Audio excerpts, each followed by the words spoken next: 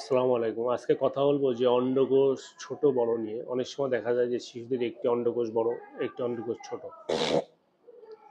শিশুদের এই অন্ডকোষটা কিডনির পিছনে তৈরি হয় ৩ মাসের দিকে। এরপরে এটা আস্তে আস্তে নামে ৯ মাসের দিকে, বা বাচ্চা যখন ডেলিভারি হয় তার আগে পরে এটা অন্ডথলিতে নেমে যায়। তো অন্ডকোষটা পেট থেকে যখন অন্ডথলিতে নামে, এই যে একটা রাস্তা, এই রাস্তাটা নিচ থেকে আস্তে আস্তে উপরের দিকে বন্ধ হয়ে যায়। যদি কোনো কারণে বন্ধ না হয়, এটা প্যাটেন্ট থাকে, তাহলে পেটের কিছু পানি এসে অন্ডথলিতে জমা হয়।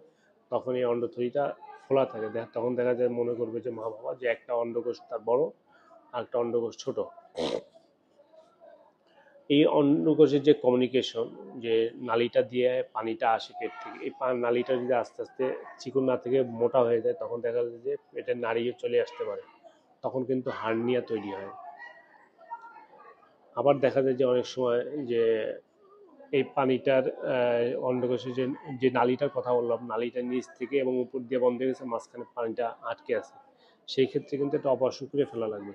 আর যদি কমিউনিকেটিং থাকে, যেটা পেট এবং যে অন্ডথলির যে কমিউনিকেশন, যে নালী দিয়ে পানি আসে আবার চলে যায়, সেই ক্ষেত্রে আমরা কিন্তু ২ বছর ওয়েট করতে পারি। ২ বছরের মধ্যে সাধারণত এটা ভালো হয়ে যায়। যদি কোনো কারণে ২ বছরের মধ্যে ভালো না হয়, সেক্ষেত্রে আমরা অপারেশন করি।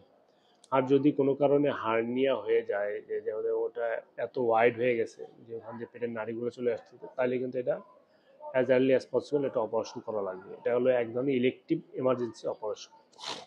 কোনো কারণে যদি টিউমার হয় বা কোনো গ্রোথ হয়, সেই ক্ষেত্রে কিন্তু অন্ডকোষ একটু ফুলে যেতে পারে। দেখা গেলো একটা বড় একটা ছোট। সেক্ষেত্রে আমরা যদি টিউমার হয়, তাহলে আদার্স যে এই প্যারামিটার্সগুলো আছে, যখন টেস্টগুলো আছে, সেগুলো আমরা কনফার্ম হবো। যদি কনফার্ম হওয়ার পরে এটা আমরা অবশ্যই কেটে ফেলে দিতে হবে।